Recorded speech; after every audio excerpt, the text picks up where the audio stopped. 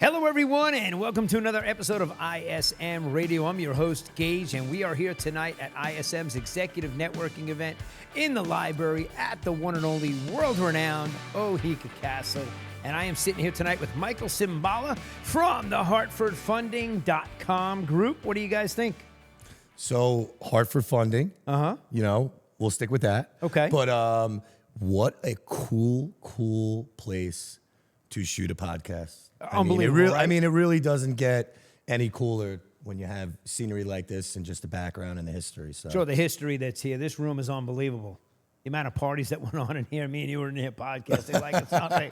It's unbelievable. So let's talk a little bit about Hartford Funding and the event that we have going on here tonight, because ISM's obviously got a great event happening. We really appreciate you coming down and attending this event, bringing your friends with you. Appreciate you having me. Yeah, no doubt. You got a nice crowd. You got the biggest crowd in the room tonight for a podcast. Well, we haven't had this. I paid enough. No, Paid enough, we haven't had this many people in the library tonight for a podcast yet. So why don't you tell us a little bit about what you do and why you're here tonight? Sure, absolutely. So I'm a divisional manager at Hartford Funding. Just turned 40 on March 8th. Happy birthday. And thank you very much. And then this year in 2026 just hit the 20th year milestone of me being in the mortgage industry. So started at 20 years old, cold calling, grinding. Had a good mentor at the age of 25 who said, you want long-term success, it's relationships. So the beauty of relationships are what brought me here today. Well, that's incredible. And this is a great relationship we're forming here between Hartford Funding and ISM. We love having you here. So it's a great relationship. We love meeting your friends. But tell us a little bit about, you got into the business 20 years ago. This company's around 40 years. I mean, they started at the beginning. The oldest mortgage bank on Long Island since 1983. Yes, So, 83. not the same owner, but No, the right. oldest mortgage bank. Yeah, they talked about that on the website because I did go to HartfordFunding.com. It was So you did your homework. It was a great website. Okay. Oh, yeah, absolutely. I got the fixed rate mortgages. You want to see the whole list? There you go. I got everything you got here. the jumbos, I little did my FHA. homework, and we keep the ISM logo correct tonight. We keep Very it up, nice. Otherwise, Dean yells at us if it's not if it's upside down.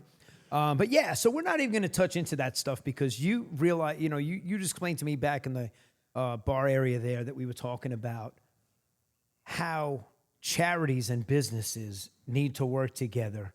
And what you explained to me was absolutely incredible. So why don't you tell the listeners? Yeah, so Dean and I originally met from just a go-giving movement, as far as looking to do the right thing and looking to give back. So we were a part of a variety of charities, and it just opened up an incredible amount of doors, I think, for the both of us. And Dean and I probably would have met at some point. Sure. But it was just the way that the synergy just kind of vibed out without even trying.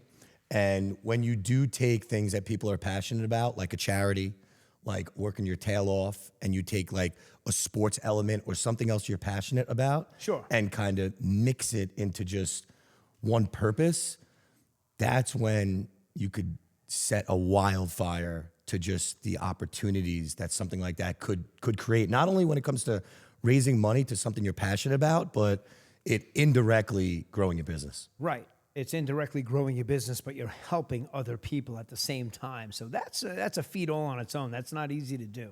And charity events are a big deal here on Long Island. We host a few. We're part of a few. We try to podcast at a few. We try to help out and do some stuff to bring exposure, which is why you're here tonight, to try to bring exposure to what you do. Absolutely.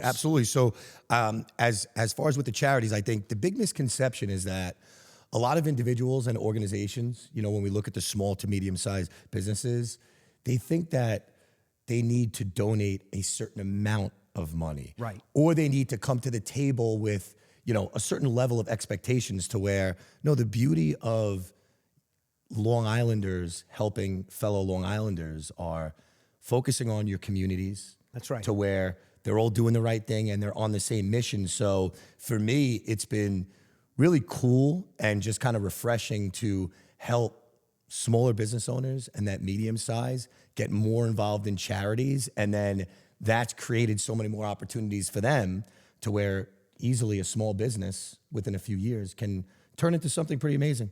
Right. So it's more open-ended than there are expectations. So there shouldn't be a set number of 50,000 or 100,000, because we've all worked with the American Cancer Society and all these big companies here on Long Island that we've tried to raise money for, whether it's for the kids, Right. kids that are sick, or whatever it is. Right. But you shouldn't have a number set. You should just do it, and wherever it goes, keep it open-ended so that you're always creating this every year. 100%. And that's the mindset behind it. And if they take that mindset, they'll head in the right direction to do the right thing for that charity. And I think that everybody, we can go with, cancer, obviously, a very, Which is huge. very sensitive subject Yes.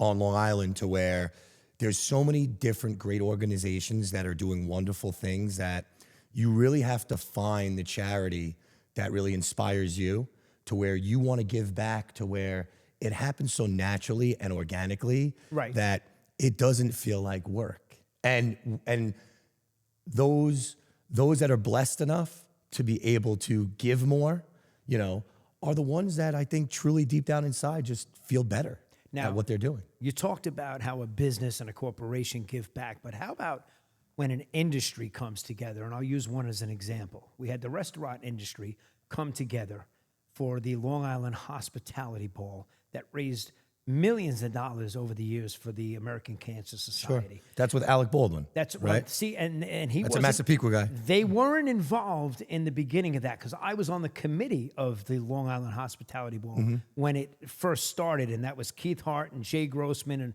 that entire crew. Now, they brought in the Baldwin family years after it had already developed and grew into this big event. And then the Baldwin, they bring in celebrities. Really? I didn't know that. Yeah. So I didn't know I was going to come on here and get educated too. Right. So that's what we do here at ISM Radio. We educate our listeners and our guests as well. So thanks for being educated here tonight. But Alec Baldwin did jump into it. In fact, he's involved in one of the other podcasts that we did here tonight with the Pickler.com. He's actually going to be at an event at their facility in Center Reach. Cool stuff. So it's pretty cool how celebrities on Long Island do get involved in raising money and helping corporations and kids and cancer and sickness and everything else that we do as far as charities are concerned. So what else can we touch on here for the Hartford Funding? So as far as, I'll stick with the charities. Yep. And so like, for instance, I have, so many different good friends that started off as strategic partners, right? And that strategic partnership now kind of elevated what we do together, whether it's co-branding or just kind of getting out there and raising money. So I have a very good friend, Dimitri, who now just recently got involved he just recently got involved with the Long Island Fight for Charity that has been around for over 20 years. Right. So I met him in the other room. Yes. So Dimitri fought a few years ago. I mean, he's kind of a hard guy to miss, Yeah, sure. by, He's tall by enough. his size. Yeah, he's by his size and the beard. Right. So as far as Dimitri went and fought, and I wanted to support him. So one of the things that we did, which was pretty freaking cool, was because of our relationships and our network, when he was raising money, he did a laundry list of events, and one of the big events that we did was a Halloween party at our friend's funeral parlor. Yes, let me say that again. Yeah, no, that's It was fantastic. a funeral hall in West Babylon, and we did a Halloween party there. Now, were there caskets tell me some of the decor There were no bodies on site. No bodies. That was the agreement. Any skeletons? No comment. So as far as one of the really cool things was, we have so much experience just in like giving back that we were able to kind of twist all of that into something that take some humor and put it into something and make an event out of it. And now some people takes a lot of creativity. Right. And now some people got creeped out, and you know what? Yeah, then it's not that's for you. fine. People then are it's going to not get an creeped event out for over you. podcasting in the library. Here. Correct. Exactly. Like, how are you defecating a library like that? Two idiots on the microphone. Right. So as far as something like that is where we just collaborated together in an effort to raise money, and then all the money that we raised that evening then went towards Dimitri and his mission on just raising as much as he could, and then he fought in the Fight for Charity, and now he's on the board. So that's something that now, because of my friendship and my partnership with Dimitri, that's something that is important to me. Sure, and it should be. And we appreciate Dimitri, and we're going to get Dimitri on the podcast as well too. You're At gonna- some point, we have. You're gonna have to be careful with the No, lighting. we can put the and camera just up high. yeah. Yeah. Well, you said you talk a lot with your hands, which you're doing great tonight on the microphone. Yeah, well, that's because of my little break. We could handle Dimitri on the mic. Yeah, I think he'll be fine. Okay. Especially if he can handle the fights and handle. I mean, listen, I don't know. The lighting might intimidate him. Yeah, a little bit. I don't know. right. A lot of people think they have to be George Clooney to get under these lights and get on here. They're intimidated by a television set inside a library at Oheka. But this is a pretty cool event. What'd you think inside there? Everybody got to speak. You got to speak. Yeah, I think as far as just it being the first event to where you're bringing a lot of like-minded individuals together in the same space, and just to have the ability to meet people that you never met, right? Who have the same kind of thought process of coming here and networking in order to grow, right? And then I've also ran into a few people that I had no idea were going to be here. Exactly. So now this is our first event for 2026. We actually had multiple events going back into 2025 here at the castle. We started the executive networking event, and January and February the weather was so bad. The events that we had planned here got snowed out. We couldn't be here. So March was the first one that you're at here for 2026. So we appreciate you coming here today. Thank you. Like, one of the cool things that I learned tonight was a gentleman who's a wealth management advisor, and what he's doing in the town of Comac, where he built out like brick layers, and it's all devoted towards cancer survers. Yeah, he's unbelievable. And it's in the heart of a ribbon. It's the coolest thing. Yeah, I'm like, how have I not heard of that? And then he's like, well, it was officially done in October, so You're right. the snow kind of It ruined played it. a We had little bit of a role of not damper, being able to. no doubt, yeah. But yeah, super, super cool.